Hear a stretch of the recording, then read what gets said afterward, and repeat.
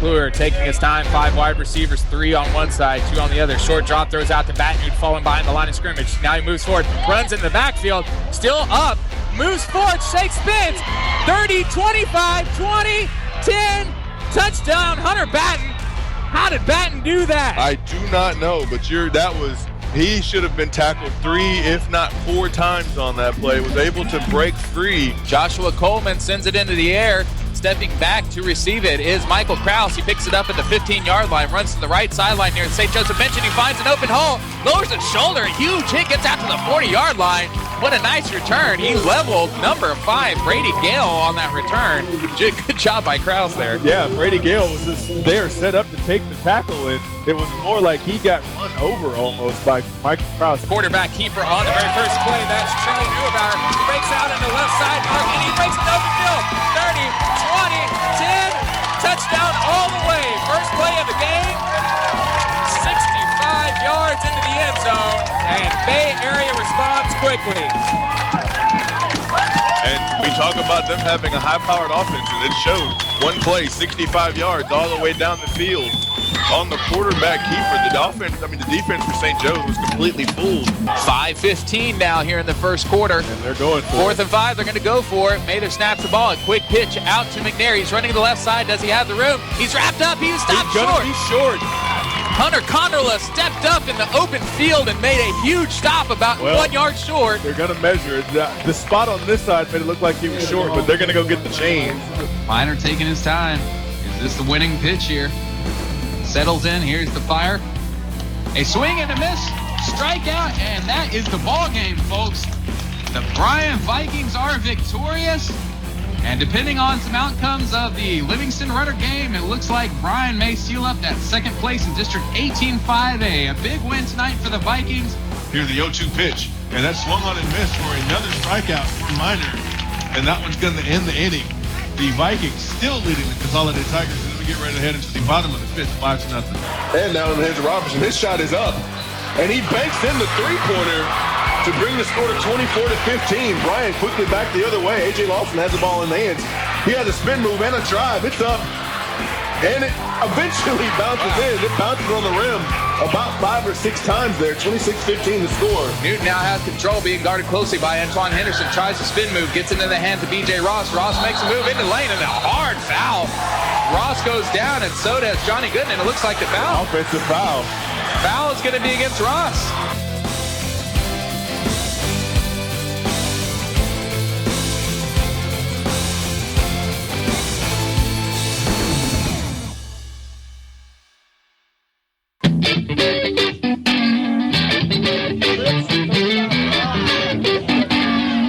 Welcome back, everybody. Saturday afternoon here in League City, Texas. On the road for your broadcast of St. Joseph football. Jordan Meserole, Jason Cornelius, you go by Bear and Dog. Be sure to follow us on Facebook and Twitter. Just search for Bear and Dog Radio. You can get in-game updates there all game long if you can't catch the whole broadcast. Here's the ensuing kickoff. Ball goes high in the air all the way into the end zone and out of the end zone, and another touchback. St. Joseph will take over on the 25. The one thing that I definitely can say is when the St. Joseph played the number 1 team in district, the Woodlands Christian, they did get down early, but were able to battle themselves back in there. And if there's one thing to look at right now, Jordan, is that even though it's 27-3, it's still in the first quarter. There's plenty of time left in this football game. If the St. Joseph offense can actually get started here. That's the main key is St. Joseph offense has kind of not found running room in the middle of the field, and McClure is kind of having an issue connecting with passes. 1st and 10 now for St. Joseph. McClure shotgun formation. Ball at the 25-yard line. Snaps the ball, short drop, looking to pass over the middle of the field. He's got plenty of time. Now has to step up, though. He's got pressure. Able to only lunge forward for maybe a yard, even maybe a loss. I think they're going to say he gained the original line, so 2nd and 10. 2nd and 7 now. The wind is really swirling out here, Jason. It's kind of blowing at our backs. We're here on the home side of the stands of Bay Area. Wind's kind of blowing at our backs, but out on the field, it's blowing more end zone to end zone. It is a nice day for football, though. It definitely is. 2nd and 7 now. McClure sends Krause into motion. Snaps the ball, hands off to Krause. He's streaking to the right sideline. Turns upfield. He dives forward. He's only going to get 2 on the carry. Brings up 3rd down. As you hear the cheerleaders getting the home stands here going. Are you stomping your feet, Jason? No, I'm not stomping my feet right now. 7:17 now on the clock. Second quarter, 34-3 is your score. Bay Area leading here. McClure, 5 wide receivers. Taking his time, ball's at the 45. Throws the ball, hits Martinez in the back of the helmet. Kraus wrangles it in, turns upfield. First down and then some, still up. 30-yard line, finally pushed out of bounds at the 30-yard line of Bay Area Christian. 29.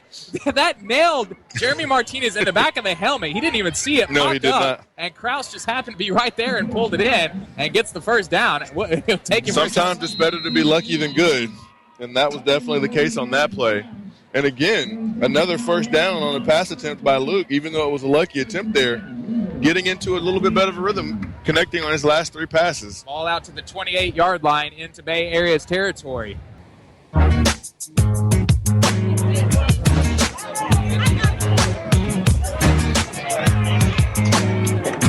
We are just a handful of seconds away from kickoff here in Bryan, Texas, just up the road from Lake Bryan, right off of OSR. We're in the Emmanuel Glockskin Stadium, home of the St. Joseph Eagles. Welcome back, everybody. Jordan Meserole, Jason Cornelius tonight. And Jason, it was great to see the seniors actually came down. The senior football players came and led the stadium in the national anthem. Yeah, most definitely. And then there was a nice, a very special moment as we get ready for a big game again. So many things on the line. We talked about it. Rivalry game already, senior night, playoff implications. A Friday night for high school football. It's exciting. This is at its best. In the coin toss, Jason, what happened with the coin toss? In the coin toss, St. Joseph won the coin toss and elected to receive, and they're going to be receiving on what is the north end zone, going back to the south end zone, which is where Brazos Christian is going to be kicking off. And here we go. Back deep to receive is Jeremy Martinez and Hunter Batten. It's a short pooch kick and picked up by Michael Kraus. He picks it up at the 25, steps forward, doesn't get very far. He's going to be pushed out of bounds, and the Eagles will take over at the 29-yard line. Tackled on this play by number 7, Cooper Kay, a freshman for Brazos Christian, out there doing some special teams work. We appreciate you tuning in tonight. As we mentioned in the pregame, be sure to follow us on Facebook and Twitter. In fact, as the Eagles go into the playoffs, if you can't travel on the road, you can catch games right here on 88.5. But if you can't listen to the game, you can also follow us on Facebook and Twitter to get live in-game updates. That's Bear and Dog Radio on Facebook and Twitter. I'm showing that as their 7th first down here in the first quarter. You are correct on that, Jason, and that's also unofficially already 50 rushing yards just for Honus alone. Already 97, above 100 rushing yards now for Brazos Christian. They've only tried 2 passes. 1st and 10 now. Mather looking to pass and goes over the middle field and connects with Mitch Holt. He turns up the right sideline, shakes one tackle, finally brought out of bounds at the 11. It's going to be a gain of 20-plus yards and another first down. And, Jason, I think that's the other thing that we can see here in the difference between Bay Area and some of the other teams St. Joseph's have faced is McClure is having to buy a little more time to let his receivers battle some of these faster cornerbacks. And the defensive line is really giving him a lot of fits. 1st and 5 now. McClure hands off to Batten and runs off the left side of the line. Now moving out to the sideline, turns upfield, 50, 45. Ankle tackle down at the 44, but it's going to be enough for a first down, a gain of about 12 on the carry. Zach Wittenberg, number 4, his second tackle in the afternoon, a 5'9 senior. But, yes, you're exactly right. That was an ankle tackle. Batten was really starting to get ahead of steam. If he might have been able to get a lot more yards on that had it not been for that. Yeah, if he had broken that, there would have only been one other Bronco running with him. The stats on the night tell of 2 cities. We talked about just over 200 yards, total yards for St. Joseph, 427 for Brazos Christian. They more than doubled the amount of yardage for St. Joseph, and almost all of them come on the ground. 309 rushing yards on the night. The bulk of those coming in the first half. Again, that running clock shortens it up, but 242 in the first half alone, 309 total on the night. And that's on pretty much, you look at the stat sheets in the second half, everything was just a run. Run. And like I said, that's how it was even in the first quarter. I thought we were just going to get a heavy dose, and again, with 309 yards, it's not like we didn't. but how they came out in the first half, I thought it was going to be nothing but runs, and they were able to sneak in a couple of extra passing yards there to really just kind of keep St. Joseph's off balance, and you could see that they weren't sure what was coming. As soon as you would get ready for the run, they'd sneak a pass in there, and then just as soon as you did that, they'd come back and hammer you with their running attack. Heading to the bottom of the fifth here in Bryan, Texas. The sun has gone down completely. The lights are on here for some Friday night baseball. We appreciate you joining us here on the Zone HD. Jordan Meserole, Jason Cornelius. We go by Bear and Dog.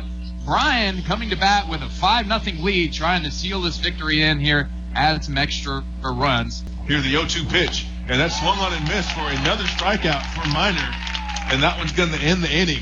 The Vikings still leading the Consolidated Tigers as we get ready to head into the bottom of the fifth, 5-0. A 1, 2, 3 for Bryan. As Jason mentioned, we're going to the bottom of the fifth. See if Bryan can add on to their lead. Stick around. More action coming up here on the Zone HD. We're here in Bryan, Texas for the original crosstown showdown between the Bryan Vikings and the A&M Consolidated Tigers.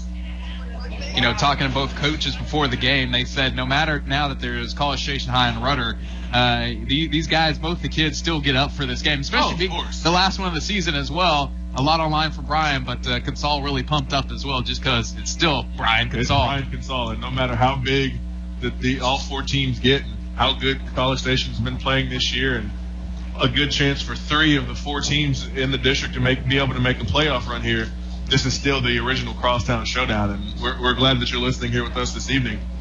So a couple other scenarios. If Bryan wins, Rudder wins, and Willis loses, Rudder takes second, Bryan gets third, Livingston gets fourth. As the pitch catches there, that's a strike.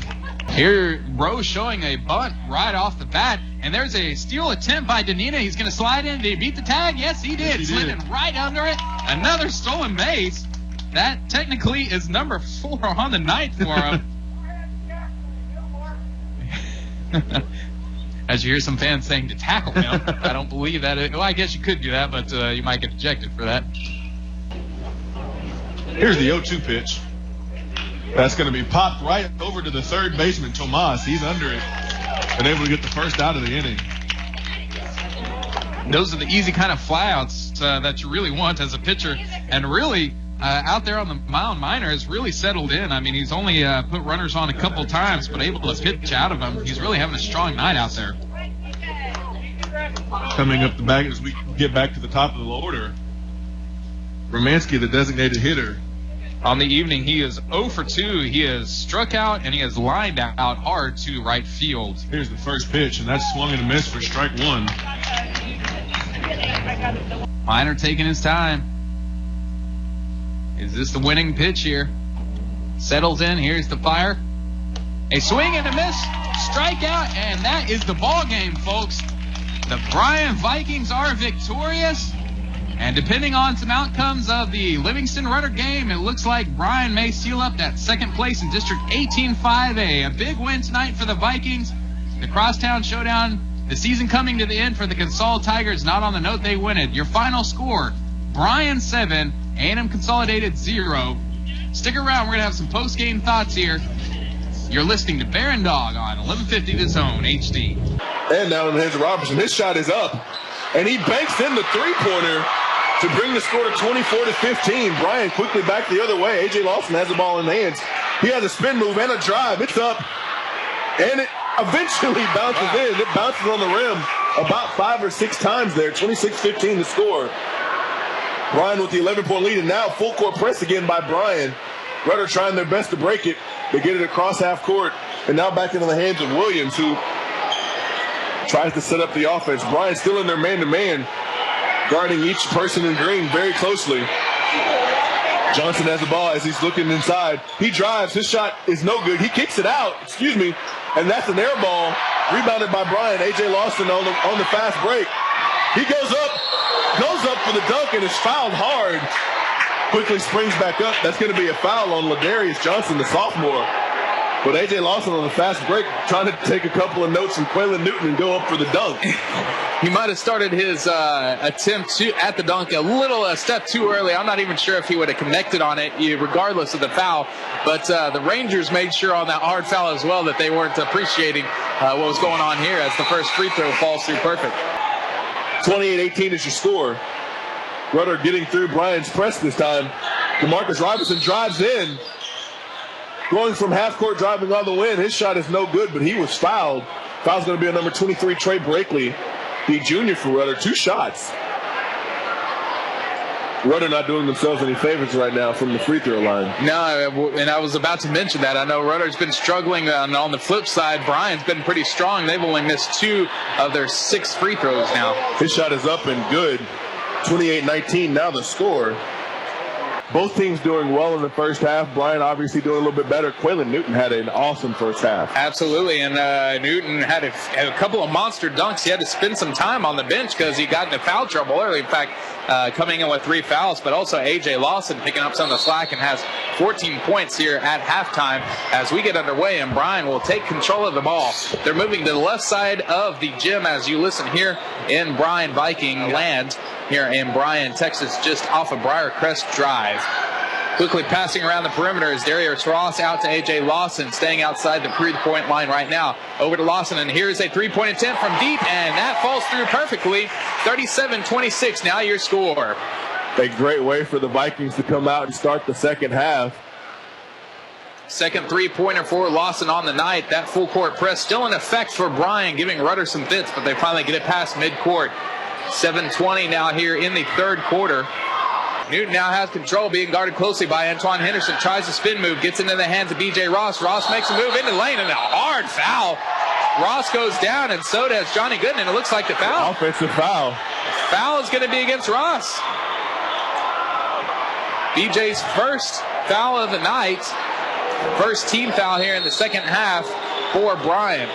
5:45 now, 37-26. Bryan still leads Rudder. Full court press finally broken by DeMarcus Robinson. He gets into the lane and hands off, and there is a quick turnover. Poor ball handling by Rudder, and here's a fast break by A.J. Lawson, and there, that slam dunk falls through. 39-26. The defense of Bryan turning into quick offense as A.J.'s able to sneak out and get ahead of everyone to get that wide open dunk. I wish you would step back from that ledge, my friend.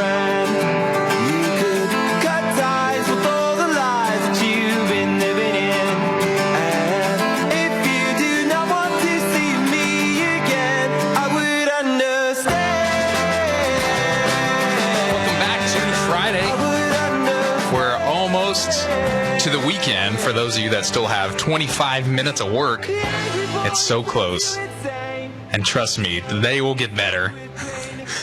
Welcome back to the Chip Howard Sports Talk Radio Show. We're live here in the Reed Field Meats and Deli studio, and that is Jumper by Third Eye Blind, if you're not familiar with 90s alt rock. And continuing with if you've ever listened to us on this show, we play a lot. we do play a lot of 90s alt rock here. I wonder why. But anyway, we're playing phone bumper songs in regards to the A&M Monster Day, if you want to call it that happened in the football world, which we'll talk about here in about 25 minutes, so stick around for that fun discussion. But before we get to football, we want to talk a little bit of basketball, and we're going to talk men's and women's, but yesterday we did hear from Coach Gary Blair, who's taking on the University of Texas this weekend. Number 3, I think they are, right? I think that's what they've moved up to. Yeah, they're up to 3 now, so that's going to be a really good game. But joining us right now on the Polaris Fun Center phone line is Logan Lee, and both we were chatting. Logan and I were chatting over messaging over the other day that it's going to be an interesting conversation maybe on basketball, because I've watched a couple of basketball games with Jason before, A&M basketball games that is, and I'm surprised that you have a voice after some of those games. I'm not the person you want to sit next to when we're watching A&M basketball. And I have a feeling that Logan's probably the same way. But Logan, thanks for joining us today. Oh, no problem at all. Actually, I am the exact opposite during a game. I do not sit in the stands. I actually stand the entire game in the tunnel behind the bench. So I don't have to deal with everybody around me. Right. 1. And then 2, if I get upset, I just walk into the press conference room, watch the game on TV for a little while, calm down, and then come back into a wise way to watch a game. Now, I'm normally sitting there screaming at everybody. Bear and dog. Bear and dog. Bear and dog. Bear and dog. is the Bear and Dog Show, live on Sports Radio 1150 The Zone. Now here's your host, Jason and Jordan.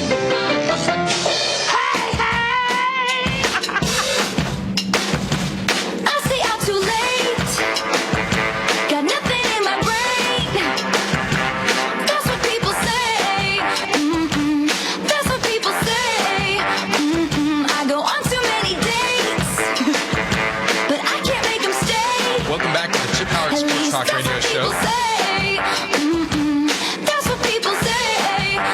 I bet a lot of listeners out there who never thought they would hear Taylor Swift on the Chip Howard Sports Talk radio show. Welcome to Friday afternoon. The weekend has started. We're 6 minutes into it. Congratulations, everybody. You made it. Oh, wait, here we go. Here comes the best part. Crank it. No, bring back Taylor. Bring her back. There we go.